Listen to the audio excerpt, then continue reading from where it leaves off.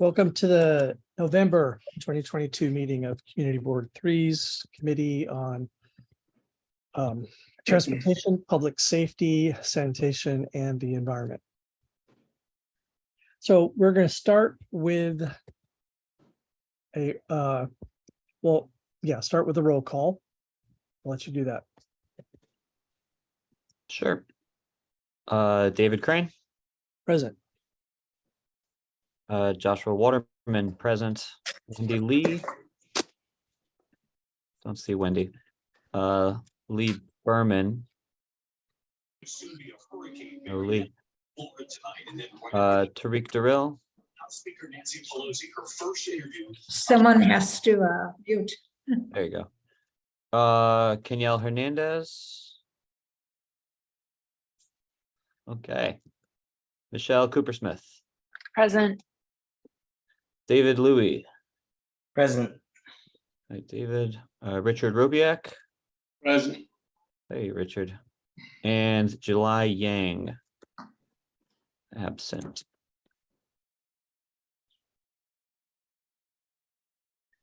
Okay. Thank you. So if there are no changes for the previous month's minutes, we're going to adopt those. Done. Right, we have one real agenda item tonight. We must finish by 7 o'clock. The applicant has to can only stay until then.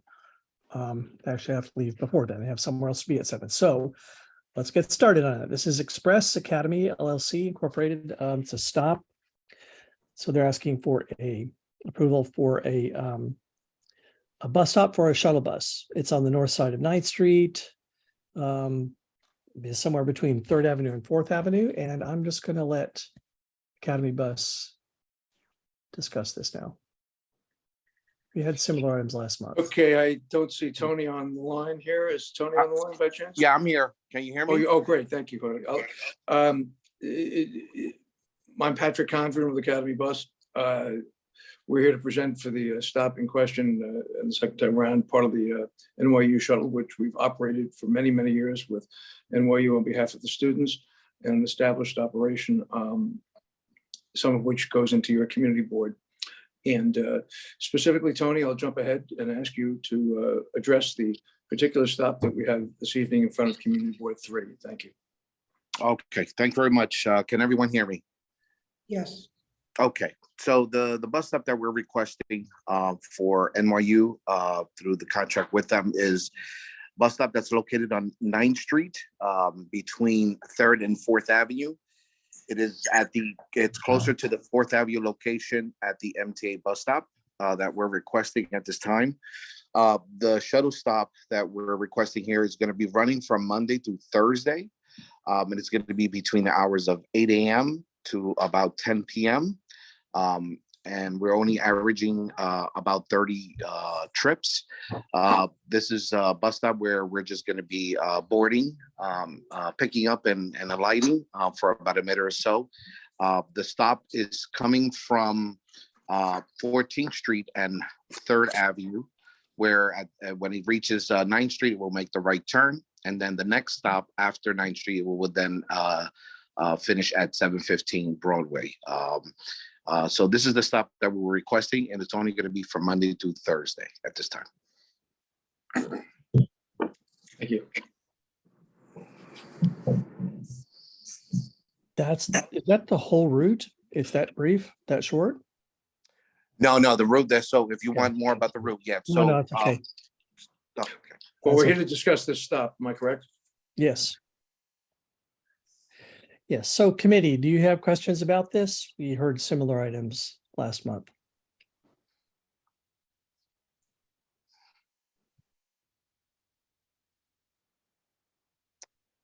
All right. So committee, I assume that we'll do Josh. You've raised your hand. Yeah. Thank you, Mr. Luna and your colleagues for coming back. I know we like David said, we spoke with you last month. I guess I have a question, not about this route in particular, but about the Academy system as a whole. And I guess what not to sound rude, but what is the purpose of it? When a lot of the stops and lines do overlap with MTA lines, are you able to clarify why students and faculty of NYU should have this while it's a lot of it seems redundant with the MTA as far as I can see. I can answer the fact that this system has operated for many, many years. It is consistent with many, many other colleges and universities, of which NYU is particularly a world-class operation and part of New York City. And these students are either part of New York City and are part of the school. And we are pleased to provide this service with them and on their behalf. In many cities across the world, there are public agencies and private agencies operating to provide services to adults, students, public, commuters, charter, contract. This is a contract service that operates daily for the students at NYU. I would also add that, Wait, oh, I'm sorry. sorry. Sorry. No, go ahead. Oh, I was just gonna say, I would also add that I don't think it's one or the other. Many of our community members, including students, faculty, and staff, utilize MTA services to get around, but this is an additional service that allows members of our community to travel between facilities, all the way from our medical corridor down to downtown Brooklyn. So people use a variety of services, and this is one additional service that we offer to community members, to NYU community members, that is. Thank you, Valentine. Susan? So I remember when this came up years ago, I'm sure David did also. We were told by NYU at that time that it was part of what they supply with the application. And basically it was a safety thing. Parents are afraid to have their kids travel on our buses. This was what was told to us years ago, and that they couldn't stop it as long as while they were in the process where people had already applied, assuming this was part of the process, part of the amenities. Yeah, I wasn't at the university at that time, but safety, certainly continues to be a concern, given everything that's happening in the world, and especially in the city, with incidents that have happened on public transportation. I don't think that's the only reason, but that certainly is a concern, and people do utilize it for those reasons as well. Michelle? Thanks. I'm going to actually read about safety from a New York Times story from the 4th. A New York Times analysis of MTA and police statistics shows the possibility of falling victim to violent crime in the subway remains remote. Put into perspective, the current rate of 1.2 violent crimes for every 1 million rides is roughly equal to the chance of getting injured in a crash if one drives a car 2 miles. So I'm going to vote no on this, and I'd like to make a motion to deny the that we recommend a denial, whatever a denial looks like in this case. If there's a second for that. Second. Can we bring up that the language we used in the past, Josh? Yes. One sec. I thought Wendy would be here by now. Let me pull it up to share. Sounds One good. moment. So can I ask, is this stop used for another purpose, or would this be dedicated curb space used for NYU only? Is this a shared stop with something else? Yes, this is a stop that belongs with the MTA. So It's an MTA. it will be a shared stop. Okay, thank you. And just lost track of saw someone from the public. Sorry, I'll hold off then David. Go ahead. Oh, doesn't work. Okay. John, you want to speak? Thank you. Yes, good evening, everybody. My name's John Center. I live at 115 East 9th Street. It's a large residential building. It's 189 feet east of the proposed bus stop. I previously submitted written comments and photos about this proposal to CV3. If you're not familiar with the area, the photos give a good overview of the current situations. I urge CV3 to deny this application. And on Thursday, last Thursday, the 3rd, I emailed 10 questions to Academy Bus. On Saturday, the November 5th, I received a reply. I did get a response, which I did appreciate, but they did not offer answers for several important questions, or the responses they sent were vague. More than 80 families live on 9th Street, less than 200 feet from the stop.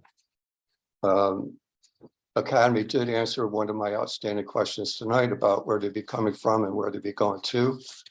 I spent a lot of time trying to find published route information on the Academy and NYU websites. The proposed number of stops, which on your CV3 materials is 27 daily every Monday through Thursday. That's 108 per week. It's 5,616 per year. That would add excessive vehicle trips to our busy block. Academy says they'll be using small and mid-sized vehicles. Each small vehicle can carry 15 passengers. Each mid-size can carry up to 35 to 40. The proposed stop is in an area that, like much of CV3, is underserved with green space. And as I documented in my materials submitted to CV3, NPA buses for many years have had extensive operations nearby, including the layovers on 4th Avenue between 8th and 10th Streets. And in my view, the area is maxed out with respect to the bus operations, and I encourage you to please deny the application. Thank you. Mary? Thank you. My name is Mary Friend-Loftus, and I live at 115 East 9th Street, a large residential building with 260 apartments just east of the proposed bus stop location. I urge CB3 to deny this application. Several of the public notices posted by Academy Bus near this site were difficult to read, with the text of the notice facing the street. A passerby could not read it without stepping into the street. This block is relatively narrow. The north side is residential with 3 street-level storefronts, and the south features the loading dock of 51 Astor Place. There is 1 traffic lane, 2 curbside lanes of restricted hour parking, and an unprotected bike lane. Crashmapper.org reports that for the intersection of 4th Avenue and 9th Street, there have been 12 crashes injuring 4 cyclists in the last 10 years. Even 1 injury is one too many. More vehicle traffic just increases the opportunity for more crashes. The MTA schedule dated June 26, 2022 lists 357 runs per week for the M8 bus across 9th Street. That's 57 buses running this route daily, Monday through Friday, plus another 36 each on Saturday and Sunday. In addition, there is the MTA bus layover parking on 4th Avenue between 8th and 10th Streets. The proposed bus stop and service does not provide a general public benefit. 108 additional bus trips per week would worsen traffic conditions and add pollution to our block. We don't need that. What we need is less traffic, a protected bike lane, and more green space. Please deny this application. Thank you. Thank you. Okay, Josh, do you have a previous month's resolution for us? The motion?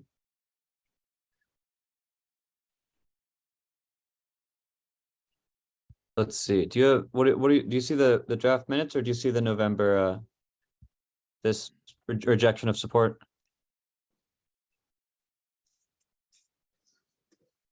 I think I'm showing the right thing here. The I'm muted so myself. Yes. this is the resolution from last month. I just changed the location to this specific location as opposed to the one that we voted on last month. But otherwise, this is the identical language. I changed the distance was slightly different there. Otherwise, this is the identical motion.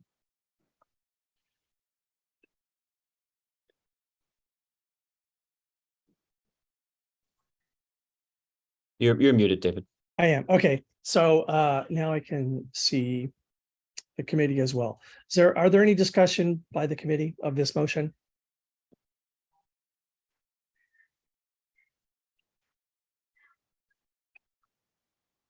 I'm not seeing any. Is there any objection to going to a vote on this motion? So can we do that, Josh? Absolutely. I take it you would like to go last? Please. me, I vote yes. Wendy? And sorry, to be clear, this is the motion to not approve of the permit. So a yes vote is to not approve. Wendy. Maybe she hopped off. Lee Berman. No. Okay. Tariq is not here. Kenyal Hernandez is not here. Michelle Coopersmith. Yes. David Louis. Yes. Richard Ropiak. No. You. July Yang Yes. and David Crane. Yes. Okay, 1, 2, 3, 4, 5, 5-2. The motion passes. So the request is denied. Okay, we have one more item on the agenda, and that is planning for future agenda items. May we, So- may we be excused, Mr. Chairman? Yes, Eugene, yes, just we are. wanna done Thank you with for your your time item. and Thank you very consideration. much. Okay, Thank you. anytime you need us, give us a call. Thank you. Thank you very much. Thank you. Thank you. All right, planning for future agenda items. I stuck this on to the agenda again because it was such a short one, and it's an opportunity for committee to talk about what we might want to put on the agenda, as opposed to wait for things like, the previous item was brought to us by an applicant. So something very particular, or there may be educational sessions that the committee is interested in having, things we might want to learn more about. Opportunity to speak about that now.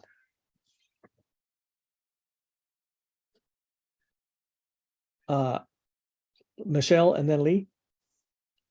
Sure. Thanks, David. Well, one thing that you guys know I've been really interested in is containerized trash. I don't think we've ever gotten a presentation about that or like considered locations that might be good for the pilot. I don't think that there are any official ones in CD3 as far as I know.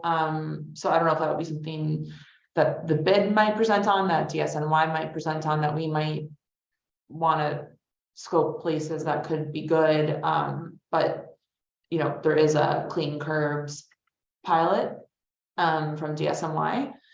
So that's one thing. And then the second thing is, year over year in our district needs, we have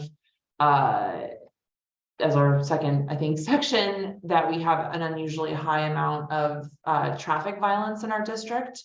And just like look, one of the hot spots, for example, is East Houston between B and Bowery. And I just, there was 2 pedestrians that were killed this year, one last year in that space. I don't know about the other corridors that we have in our district needs, but I don't know if this is like a working group suggestion or if it's something that we would want to request from DOT to give us ideas for how to calm in those priority corridors that we have in our district needs. But that's my second thing. Thanks. All right. I took some notes there. Lee. Thank you. I would really appreciate us being able to have the local precincts and PSA 4 come in on some type of regular basis to discuss the crime and the violence that's been occurring in our community, especially the gang violence. As you're probably all aware, there was a double shooting in Campos last week with a murder. There have been multiple shootings and killings on East 3rd and East 4th Street, affecting public housing residents, the entire community. So if we're able to have representatives from, as I said, whether it's community affairs officers or somebody else from the precincts and the PSA, to come in, give a presentation as to what is going on, as well as to take questions. That would be great, especially having residents from public housing being able to be present to ask questions of PSA 4, since a lot of the violence is occurring there. So that would be my suggestion. Okay, actually, that's interesting. The PSA 4 doesn't have the equivalent of a local precinct council, does it? They Yes. do. Yes, it They does. have a, yes, meets Okay, every so, month. So how would this be different than precinct councils, which have So- these kind of meetings regularly? So whether we have a representative from community affairs from each precinct come in and present to us. When I have brought this up in the past, Susan suggested, well, attend community council meetings. We each live in a particular precinct. We are not, many of us are not able to attend all the community council meetings, and the public here that attend our transportation, public safety, sanitation, environmental committee, many of those are not able to attend any of those meetings.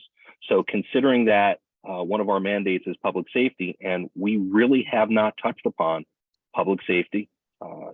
If I recall correctly, the last time I think we had anything on the agenda about police was the incident on Avenue D, I think 2 or 3 years ago, the police brutality incident on Avenue D and 8th Street. So with the increase in violence, shootings, and murders, I think it's about time that we address that and give the residents here of the broad community an opportunity to do that here. Thank you. Richard? An update, unless Susan can correct me or update me. I believe that the 9th Precinct Community Council has been on hiatus for an extended period of time. No, not true. They're When meeting. did they start up? Last month, I was told they were not starting up yet. They met last month and they met the month before. I was there. I Well, don't know who told you that. one of the community affairs officers, Who told you that? I forget the fellow's name. No, they're meeting. As a How- matter of fact, the thing about the 9th precinct is so when residents come to me with a problem that I think would benefit from being discussed in the public with the police, what I do is I refer them to the precinct meetings. I wasn't able to go to the last one, but the one before, the room was overflowing because there were so many issues that I had actually referred there. And it's good because it gets everyone in the same room there and they share their problems. I'm going to be honest, I don't think we'd ever get all those people here. So the meeting, Richard, I think is Wednesday night, and it's at the precinct in person. And the precinct contacted me because of all the issues around Tompkins Square Park. They contacted me to get contacts from homeless services, parks, and all the related agencies to come to the precinct meeting. So that is this Wednesday, and they're all going to be there. Well, as you're aware, Susan, I used to attend the 9th Precinct Council on a very regular basis. Mhm. Came COVID and all the other issues, it dropped off the screen for a while. I'm happy to hear that it's back in business. What I'm curious about is how do they communicate? That's an issue, and you should go and tell them that they're not communicating. I actually told them that today. But Well, they were on the Zoom. thing about it is, They were on Zoom for a while. the thing about it that sorry, I didn't mean to step on your lines. Okay.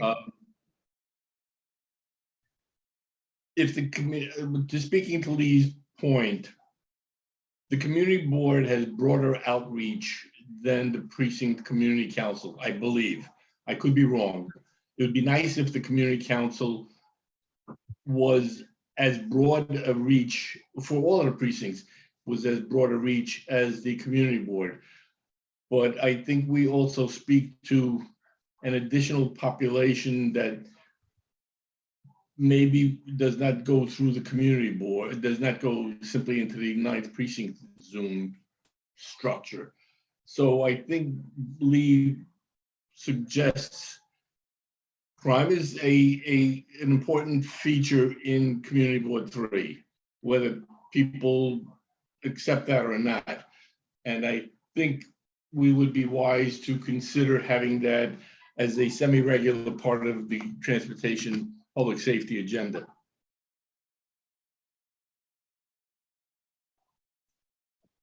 Yeah. I hear you. I also know it would be just more for them to do, and it would do little. Then I don't know how effective it would be. I mean, it would just be another meeting where we would not have very good representation from the PD.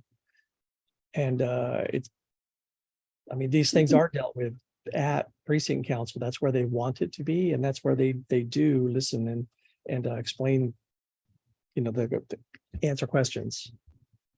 It's where I refer people. What they want, what we want can be very similar, but we have distinct needs as well. So I wish, Dave, if I can make a comment, I wish it were true that we had broader outreach. We actually have many fewer people coming to our meetings, and maybe part of what you're all talking about is for the members to do outreach and get people to come to meetings. But respectfully, when we have so much violence and we have so many people in our communities affected by, again, whether it's drug violence, gang violence, a whole combination, to not have anything on our agenda for the last, like I said, I think 2 to 3 years regarding this, we do reach a different audience, and I'm glad to hear that there was such a large turnout at the 9th precinct. I think you said this last week, but not everybody who attends that meeting, you know, there are different communities, there are different populations, and for us, again, I'm not saying every month, whether it's quarterly or whether it's after, God forbid, another major, you know, violent episode. I think we have to have something on our agenda to attempt to discuss what's going on in our community. Thank you. Susan? Yeah, so I'm not going to speak to, but I realize that I haven't given some information. I'm not speaking for or against this item. This is just additional for the members. So there are a lot of problems, and you know, and some of them do come to the community board, and I just want to let people know how I am dealing with them, because you can get stats and, you know, certain kind of information at a meeting, but you can't really deal with crime in public. So for instance, I have one block that is really suffering a lot of issues, and I created a meeting at the board office with the council office, the DA. We got people, we felt the precinct actually wasn't paying enough attention. So we got One Police Plaza to come. We got the council office to get them to come. And, you know, I won't go into details, but we have given a lot of attention, but we absolutely, you know, don't make that public. People on another blocks, I think it's actually 3rd and 4th Street, also called their own meeting to have police and to deal with issues, because you can't deal with you can hear reports from the police, but you can't actually deal with the issues in public. So this is neither for nor against the agenda item. There is an interagency meeting that's this Wednesday that's going to focus just on SDR Park with the police and parks again. So I just want to let people know that some of these things, which we're not seeing, you know, may not be clear outside, are, you know, the agencies are very, very aware. and trying to work like on pilot projects, trying different things. So that that's just sort of an FYI. I want you to know what's happening. And yes, you can get reports at a meeting, but you're not going to hear any. This is not for or against. So this is not to justify anything. I just Right. want to let you know what's happening. But and Susan, I appreciate, you know, that you are handling many of these issues, but this committee isn't aware of what's going on in the community and many of the members of the public. So, for example, I'm glad to hear you're probably working on 14th Street and First, which has been a recurrent problem. Tompkins Square Park, as you mentioned, 3rd Street. But unless we are in the office and hearing about that, we aren't aware of what is going on in our own community. And I think it's imperative that this subcommittee be as apprised as possible, be as informed as possible. Again, I don't want to know particulars. I don't want to know a victim's name. I don't want to know the time of an incident. I want to know, though, what the concerns of the community are. And again, that really is, I think, part of what this subcommittee should be doing. You're absolutely right. I'm happy to do that. I'm going to be honest. I feel like a lot of times people don't want to hear reports from me, but if you would like to hear those kind of things, I think absolutely, you know, without the detail of what the projects, you know, absolutely, I'm happy to do that. And you could even put it on the agenda, you know, if you want.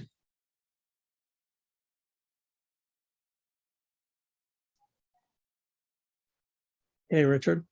Last thought, David. I think what Lee might be tending to is that it would be valuable for the committee to have information. I think, and perhaps it's not a top item agenda for the full board, but I think the full board not having information about things that are occurring within the Community Board 3 boundaries is leaving us vulnerable to why didn't anybody know about this? How do we know that there are not 444 gangs, you know, existing within the Community Board 3 area? How do we know that there are not 2,000 rapes or 3,000 murders or something really ridiculous? The board just does not know. And we don't know because the information is not coming to us in a timely manner. So I think that's where Lee was going.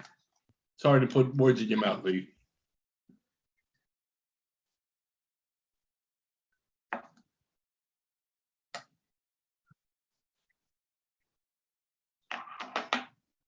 Okay. All right, I'm gonna go off and I'm gonna think about these. Do you want to hear what's coming up in the next 2 months? Okay. Well, you actually, I think it came from Michelle, but you had okay putting on the agenda this month to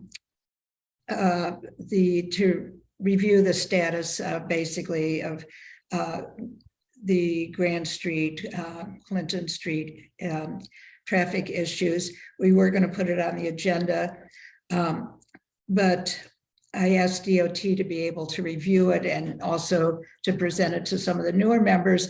They were not able to do that this month, so that will be on next month.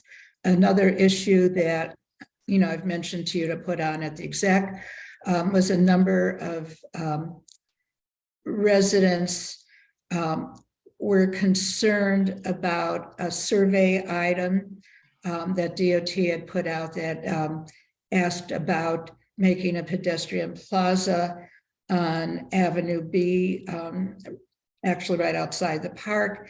And they wanted to give input on that and also to give input again on the programming for the open streets on their block.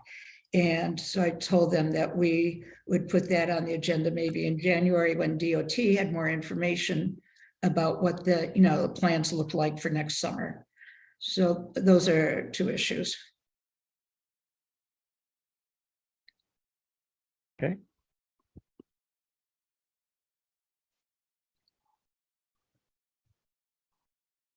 David, if I can hop in, Susan, you had actually, we had discussed an agenda item coming up, actually relating to public safety, Manhattan justice opportunities. Right.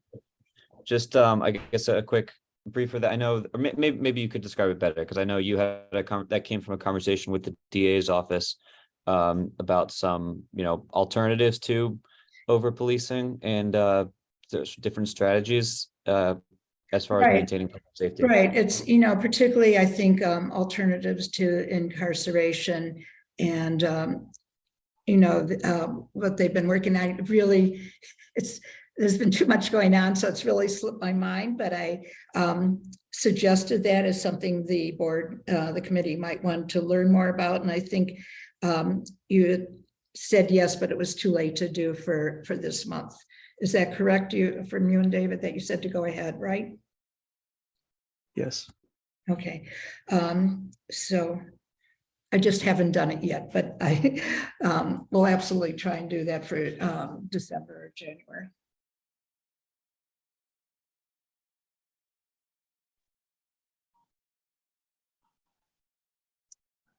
Okay. Are you ready to adjourn the meeting? Did you want to bring up whether we should put on an agenda item to administratively deny the future Academy bus applications? Yeah, I was thinking about that. So the idea committee is that every time that Academy comes to us with a NYU stop, we pass the same resolution. We've done it for many years. I mean, we updated it this past year, but it's basically the denial for the same reasons. So Susan has asked if it would make sense that we just do it by administrative denial. I don't know. It comes up once a year. They, some reason, spread them out this time, and so it happened twice this year. And I kind of feel that deciding three or a very four. particular 3 or 4, well, it doesn't happen every 3 or 4 months. No, You're right. right. But they bring 3 or 4 applications, but they all come in one bunch, and usually it's at the same meeting. I don't know what happened this time. So predetermining the outcome of one very particular application doesn't really feel like what we do with other administrative approvals. The one we do regularly is with State Liquor Authority, and if it's at a beer and wine license that closes by midnight under certain very particular circumstances, we approve of it. Maybe there's another example, Susan. But Yes, there actually is quite a few that can be administratively approved, and those are block parties on streets with bus routes, that sort of thing. And they are administratively approved and told to actually work with the police to find a new location. Yeah. So committee, what do you think about that? Basically an agenda item where we would decide that we would no longer hear this particular application. Lee? I'd be against that. You don't know if for example, 6 or 9 months from now, they may propose a bus route or request a bus stop for students with disabilities or handicap stops somewhere in the community. I think you have to take each one on its merits. I understand that the board's, at least right now, and we're actually for the last few years, has been to deny. It's a relatively quick denial, right? Hearing them and then going through this. I think doing it in administrative process and administrative denial just deprives them of the opportunity. I understand the outcome may be the same, going forward. If we always hear them, it may always get denied. So be it. But I would be opposed to an administrative denial, not allowing them the opportunity. Wendy? I agree with that, mostly because I feel like we should at least hear them out. And I have a general question about all these bus applications. Are they always the same locations every time, or is it different every time. I don't recall. Different. Oh, they are Yeah. different every time. They're Okay. different. Yeah, it's changes to the route that they come to us about.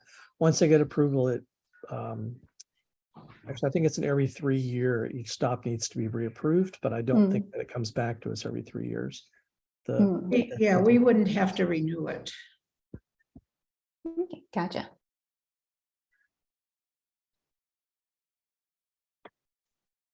That's one thing that DOT isn't able to track for some reason is when bus companies no longer use a stop. If So they're I could, Yeah, I could just mention, I actually did mention this idea to Patrick. They're perfectly happy with not coming for a denial. I see your reasoning if you know, which is a different thing, but it shouldn't be because of them, because they're perfectly happy not to waste their time. But if, wanting to hear them out for maybe the community or some other reason is a different issue. yeah, I'm going to point out there's a couple, there's a gentleman from the community about this. They're going to get that bus stop regardless of what CB3 said. So John, I'm actually sort of pointing this out to you. It's that we deny it. We do not extend our approval, but DOT has always approved of these stops, and probably they have to based on case law. But it will be decided by DOT. Richard, you had your hand up? You still- Yeah. Yeah. Just in the nature of, again, of community information. I respect the work that the board office does and that the manager does. But if items disappear into the board office and the community is not aware of something, they're deprived of the opportunity to jump up and down and yell about it, irrespective of whether we approve it or not approve it. It's part of the democratic process. Discuss an item, however briefly, and move on. If I could just speak to that, it's not any less work for the office. It's actually more work for the office to do administrative approvals. It's less work for the committee. The way we handle it, administrative approvals and SLA, is to list them all on the agenda. And then if people object to it, then we hear them at committee. Again, I'm just explaining the process. I'm not suggesting one way or another. Thank you. Okay. Are we done with this now? So can we take the final roll call, which will be our adjournment? Josh or Wendy, either one. Yeah, Wendy, I got the document going. I can just finish it off if it's easier for you. All right, thank you very much. Hold on, John. After the vote, I'll be on the call. It's David Crane, Present. Joshua Waterman, present. Wendy Lee, Present. Lee Berman, Present. Tariq Darrell is not here. Kenyel Hernandez. I literally just jumped down, so I'm not sure if that even counts. Sorry, Hello, guys. Kenyel. Yeah, better Yes. snuck right in. Michelle Cooper-Smith, Present. David Louie, Present. Richard Robiak, Present. and July Yang. Present. Great. Did we do a first vote? We did a Oh, first okay. roll call vote. Yeah. Okay. So John, you had a question before we adjourn? Yes, just one quick comment. I would like to thank the committee and District Manager Stetzer for their work and their help and their support on the Academy bus stop issue. And thank you for the information, but we do appreciate your hearing us. I just wanted to say that. If you wanted to write a letter to DOT referring to this NYU application and send your comments there, I don't know if they have a formal process for taking public comment aside from the community board, but that couldn't hurt. Okay, thank you for that advice. I appreciate that. Okay, so we are adjourned. Thank you very much. Good night, everybody.